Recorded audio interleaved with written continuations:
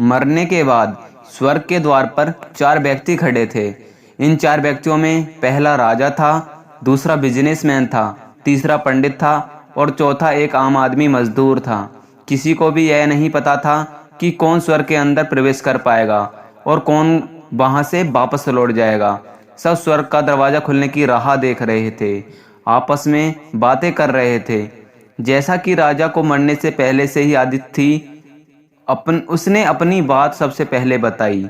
राजा ने कहा, मैं बहुत प्रख्यात राजा हूँ। मैंने धरती पर अपना बहुत नाम कमाया है। मैंने प्रजा की बहुत सेवा की है, इसलिए पूरी संभावना है कि मैं ही स्वर्ग में जाऊंगा। फिर व्यापारी ने अपनी बात सामने रखी और वह बोला, मैंने धरती पर खूब धन कमाया है और उस धन से मैंने सैकड़ों लोगों की मदद की, इसलिए मैं ही स्वर्ग का हकदार हूँ। अब बारी थी पंडित की, तो पंडित ने मुंह खोला और सबको यह कहा, चाहे तुम जो सोच लो, लेकिन यह बात तो तय है कि स्वर्ग के दरवाजे खुलेंगे तो मेरे ही लिए ही। सब जानते हैं कि पंडित दिन रात भगवान को याद करते हैं, इसलिए स्वाभाविक है कि स्वर्ग में पंडित का स्वागत किया जाएगा। जब सब ने अपना पक्ष रख दिया, तब सबकी नजर उस बेचारे गरीब मजदूर पर थी, जो चुपचाप अपनी नजरें झुकाए बिना कुछ बोले वहीं पर खड़ा रहा। कुछ देर बाद स्वर्ग का दरवाजा खुलता है और वहां पर एक देवदूत आकर खड़ा हो जाता है। देवदूत के हाथों में एक पुस्तक थी, जिसमें इन सभी के कर्मों के बारे में लिखा हुआ था। देवदूत ने सबसे पहले राजा को अपने पास बुलाया और उससे पूछा, तुम बताओ, तुमने अपने जीवन में क्या क्या अच्छे कर्म किए हैं। मैं उन्हें इस पुस्तक में देखकर फैसला करूंगा कि तुम्हें अंदर आने देना है या नहीं। राजा ने कहा, मेरा राज्य जितना बड़ा था उतना ही समृद्ध था और मेरी राज्य के सभी लोग खुशहाल थे। सभी बड़े आनंद से रहते थे। मैंने उन्हें कभी किसी चीज की कमी नहीं होने दी। यह मेरे अच्छे कर्म हैं। देवदूत ने अपनी पुस्तक में देखा और देखने के बाद राजा से कहा, तुम सच बोलते हो। तुमने अपने प्रजा की बहुत सुखी रखा था, लेकिन तुमने अपने राज्य की सीमा बढ़ाने के लिए जितने युद्ध किए थे, उन युद्ध की वजह से हजारों सैनिकों ने अपनी जान गंवा दी थी और उन हजारों सैनिकों के परिवार का दुख का कारण तुम बने थे, इसलिए तुम स्वर्ग में नहीं आ सकते। अब दूसरे नंबर पर बारी थी व्यापारी की।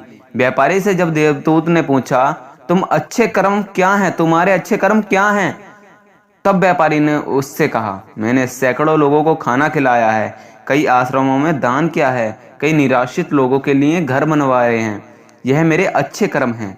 देवदूत ने फिर अपने पुस्तक को ध्यान से देखा और देखने के बाद व्यापारी से कहा, तुम्हारा कहना भी ठीक है, किंतु तुमने बहुत दान धर्म किया है, लेकिन यह दान धर्म तुमने जिस पैसे से किया है, उन पैसों को कमाने के लिए तुमने न जाने कितने झूठ बोले हैं, कितनी हेरा फेरियां की हैं और कितनी मिलावटें की हैं, इसलिए तुम भी स्वर्ग में नहीं आ सकते। अब बारी थी हमारे पंडित जी की। जब पंडित जी से यही सवाल किया गया, तो पंडित जी ने बड़े ही आत्मविश्वास के साथ कहा, मैंने अनगिनत लोगों को ज्ञान दिया है, हजारों यज्ञ और पूजाएं की हैं और दिन रात भगवान की जाप किया है, इससे अच्छे कर्म हो ही क्या सकते हैं। देवदूत ने अपनी पुस्तक को अंदर झांक कर देखा, पंडित से कहा, आप जितना भी लोगों को जो भी ज्ञान दिया, उन बातों पर खुद भी अमल नहीं किया। आपने यज्ञ पूजा या भगवान नाम निस्वार्थ भाव से ही नहीं लिया, इसलिए आपका भी स्वर्ग में आना प्रतिबंधित है। मजदूर यह सब देखकर हैरान था। अब तक जिन्हें महान समझता आ रहा था, उनकी व्याख्या स्वर्ग के दरवाजे पर आकर बदल गई थी। धरती पर जिन कामों को अच्छा समझा जाता है, उन्हें यहाँ पर कोई मूल्य नहीं था। यमदूत ने जब इस मजदूर को अपने पास बुलाया और इससे पहले कि वह उसके अच्छे कर्मों के बारे में पूछता, मजदूर बोल पड़ा, प्रभु मैं जानता हूँ मैं स्वर्ग में आने के लायक नहीं हूँ, लेकिन मैं फिर भी एक बार बाहर से ही स्वर्ग को झांक कर देखना चाहता हूँ। बस इससे ज्यादा मेरी कोई इच्छा नहीं है, क्योंकि ऐसी इच्छा पालने के लिए मैंने जीवन में कुछ भी नहीं किया है। मैं पूरा दिन मेहनत करता और जो भी पैसे कमाता उन्हें अपने परिवार के पालन पोषण में खर्च कर देता, इसलिए दान धर्म के लिए कुछ बचता ही नहीं। लोगों की भला मैं क्या सेवा करता, क्योंकि काम के बाद जो थोड़ा समय मिलता उसे अपने ही बूढ़ी माँ बाप की सेवा में बिता देता।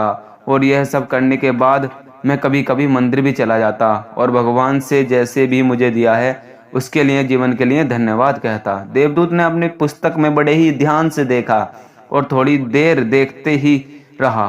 उसने मजदूर से कहा कि तुम याद करके देखो, तुमने कोई अच्छा कर्म या कोई अच्छा काम भी किया होगा। मजदूर ने थोड़ी देर सोचा और कहा, हाँ मुझे कुछ याद है। एक बार मैं बहुत भूखा था और मैं खाने के लिए बैठा, तभी मेरे पास एक कमजोर कुत्ता जो ठीक से चल भी नहीं पा रहा था, वह मेरे पास आ गया और मेरी रोटी को देखने लगा। तब मैंने अपनी रोटी उसे खिला दी और मैं पूरे दिन भर भूखा रहा। मजदूर की बात सुनने के बाद देवदत्त मुस्कुराया और मजदूर को बड़े ही सम्मान से स्वर्ग के अंदर लेकर गया। दोस्तों, अच्छे कर्म लोभ मोह माया इन सब भावों में आकर नहीं किए जाते और न ही उन्हें अच्छे कर्मों को श्रेणी में गिना जाता है। निस्वार्थ भाव से किया गया एक ही अच्छा कर्म भी आपके जीवन के सारे पाप धोने की शक्ति रखता है। दोस्तों, ऐसी ही वीडियो देखने के लिए, ऐसी ही कहानी सुनने के लिए हमारे चैनल को सब्सक्राइब करें। इस कहानी से आपको क्या सीख मिली हमें कमेंट में जरूर बताएं।